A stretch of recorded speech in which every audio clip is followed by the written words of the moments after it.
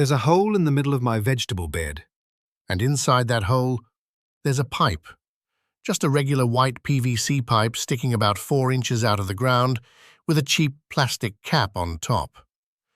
My neighbors think I've lost my mind. My gardening friends stopped asking questions after a while. But here's what none of them know. That ugly, ordinary pipe is silently producing the most expensive fertilizer on Earth every single day, completely free, directly into the roots of my plants without me lifting a finger. No compost piles to turn, no bags of fertilizer to haul from the store, no spreaders, no measurements, no schedules.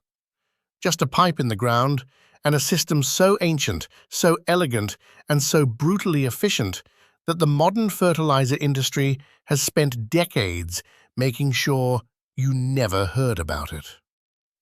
I'm Waldo, and if you're not subscribed yet, this is the moment. Because here you won't find what they sell at garden centers. Here you'll find what actually works. Subscribe and hit the bell. Most people think composting means sacrifice. You sacrifice space for a big bin in the corner of your garden. You sacrifice your nose every time you open the lid. You sacrifice your Saturday morning turning, mixing, and waiting. And then after all that, you still have to shovel it and carry it back to where your plants actually are. What if the entire system was broken by design? What if someone had figured out a way to let the earth do every step invisibly underground, on its own time? That's exactly what this pipe does. And once I show you the science behind why it works, you'll never look at a bag of fertilizer the same way again. This isn't a new idea. It's actually one of the oldest agricultural secrets on the planet, and it was deliberately buried sometime in the mid-20th century. The Aztecs knew it. Long before synthetic fertilizer existed, the civilizations of Mesoamerica understood that earthworms were the invisible engine beneath their soil. They didn't disturb them. They built their growing systems around them, letting organic waste decompose in place underground, so worms could do what worms have always done. Then, in the 1880s, a quiet, obsessive English scientist spent the last 40 years of his life studying earthworms. His name was Charles Darwin. Most people remember him for evolution, but Darwin himself considered his final book, a dense, detailed study on worm behavior and soil transformation, to be one of the most important works of his career. He scientifically proved that worms are the primary architects of fertile soil. Not rain, not sunlight, worms. That knowledge didn't disappear, it was displaced. After World War II, the same chemical plants that had manufactured explosives needed a new market. They pivoted to nitrogen fertilizer. And almost overnight, the entire agricultural conversation shifted from soil biology to soil chemistry, from working with living systems to replacing them with synthetic ones. The industry needed farmers and eventually home gardeners to believe that fertility came in a bag, not from the ground. So the worm was forgotten, not because the science was wrong, but because the science was inconvenient for the people who needed to sell you something every season. If you're finding value in this, hit the like button. Let's build this thing. Here's where it gets fascinating. Earthworms have no eyes, no ears. But they have something far more useful for what we're trying to do. An extraordinarily sensitive chemical detection system built into every inch of their skin. They perceive the world almost entirely through moisture and chemical gradients in the soil. And one of the signals that most powerfully attracts them is the scent of decomposing organic matter. When you drop a banana peel or a handful of coffee grounds into that PVC pipe and close the lid, decomposition begins almost immediately. Microbes break down the material, releasing specific volatile compounds into the surrounding soil through every hole you drilled in the pipe. Those compounds diffuse outward through soil moisture like a slow, invisible radio signal. And every worm within range picks up that signal and begins moving toward it. This isn't random wandering. Research in soil biology has shown that worms navigate toward food sources with surprising directional precision, following chemical gradients through the soil the same way a shark follows a scent trail through water. The pipe becomes an anchor point, a permanent feeding station that attracts worms from a radius that can extend well beyond the edges of your planting bed. They enter through the drilled holes, feed inside the chamber, and then do something critical. They leave. They travel back out through those same holes and move throughout the root zone, digesting organic material as they go, aerating the soil with every tunnel they create, and depositing their castings, what scientists call vermicast, in a continuous trail directly through the area where your plant roots are actively growing. That's the elegance of the system.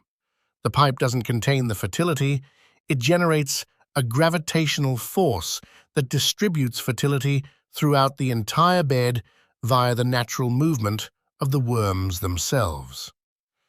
You're not building a compost bin, you're building a worm highway with a permanent rest stop in the middle. Subscribe right now, because what those worms leave behind is what the fertilizer industry doesn't want you to price out on your own. Let's price it right now. Worm castings, the technical term for worm waste, sells for between $15 and $30 for a small 5-quart bag at most garden centers.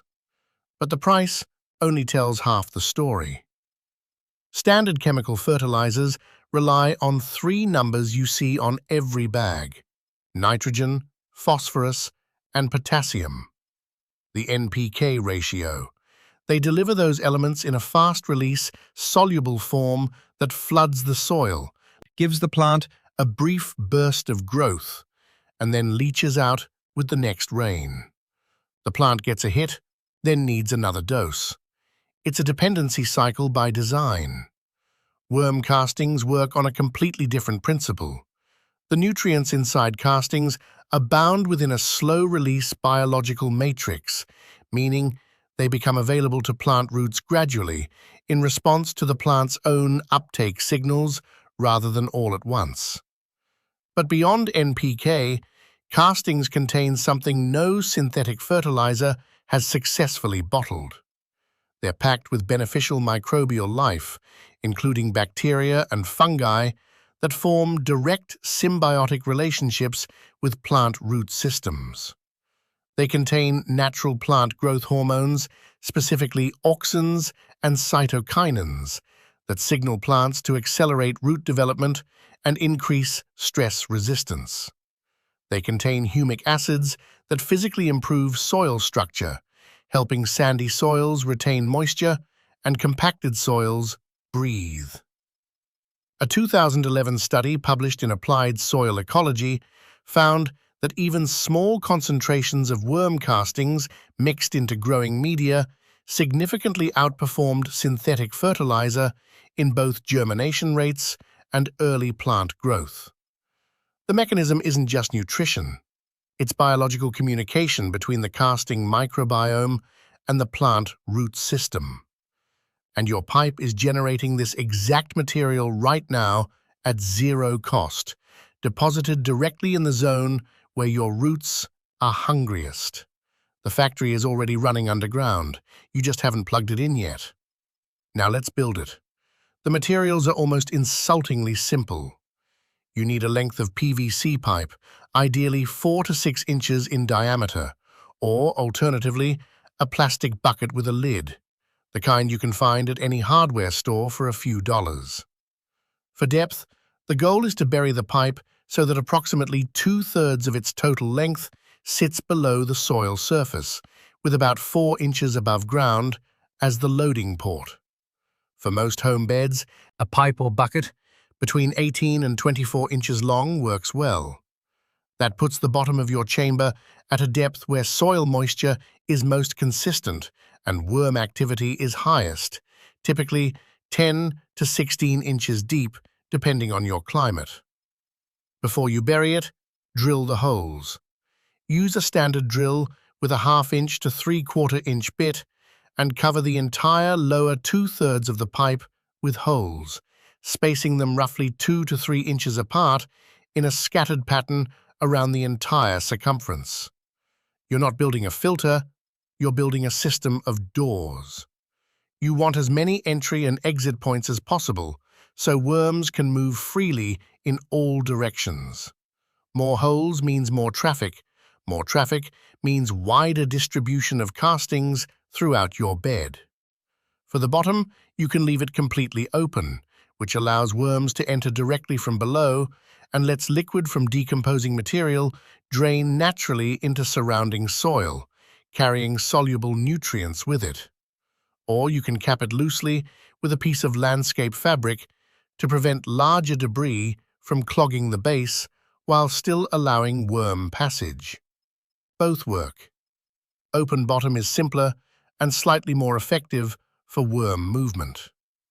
Place the pipe as close to the center of your planting bed as your layout allows.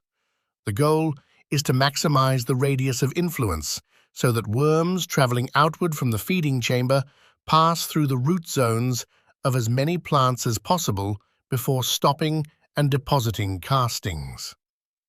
Once it's in the ground and the cap is on, the infrastructure is done. Feeding the pipe is where most people either get it right immediately or develop small habits that silently undermine the entire system. Almost any raw kitchen scraps work: fruit and vegetable trimmings, banana peels, apple cores, wilted salad leaves, coffee grounds, used tea bags without the staple, crushed eggshells, cooked plain rice or pasta in small amounts, and shredded cardboard or newspaper to balance moisture. What not to add is equally important. Meat, fish, and dairy decompose through a different bacterial pathway that produces ammonia-based compounds that actually repel worms rather than attract them. Cooked food with oils, sauces, or strong seasonings falls in the same category. Large amounts of citrus create acidity that disrupts the microbial balance. And anything treated with pesticides or herbicides can introduce chemical residues that harm the very worm population you're trying to cultivate. Keep the inputs clean, raw, and plant-based, and the system self-regulates. Feeding frequency is flexible. Every 2 or 3 days is ideal for maintaining steady decomposition activity, but the system tolerates gaps of a week or more without collapsing. The pipe is a permanent fixture of your bed, not a machine that breaks if you skip a cycle. You'll know the system is working when you start seeing worm castings visibly accumulating inside the chamber after several weeks. When the soil immediately surrounding the pipe becomes noticeably darker and more crumbly than the rest of the bed, and when the plants closest to the pipe start outperforming everything else in the garden in ways that are hard to explain to anyone who hasn't seen this before. The most common mistake is overloading the pipe faster than the microbial population inside can process the material. If you open the lid and it smells aggressively unpleasant instead of earthy and mushroomy, scale back your inputs and add a handful of dry cardboard or dry leaves to rebalance the carbon to nitrogen ratio inside the chamber. Everything this system produces, it produces silently underground, without asking anything of you except the scraps you were already throwing away. And that's exactly the kind of knowledge certain industries have always preferred you never find. If this changed how you see the hidden life under your garden, hit the like button, subscribe, and share it with someone who's been buying bags of fertilizer every season without ever questioning whether they needed them. Every person who sees this and builds one of these pipes is one less customer in that cycle. I'm Waldo. Take care of your soil.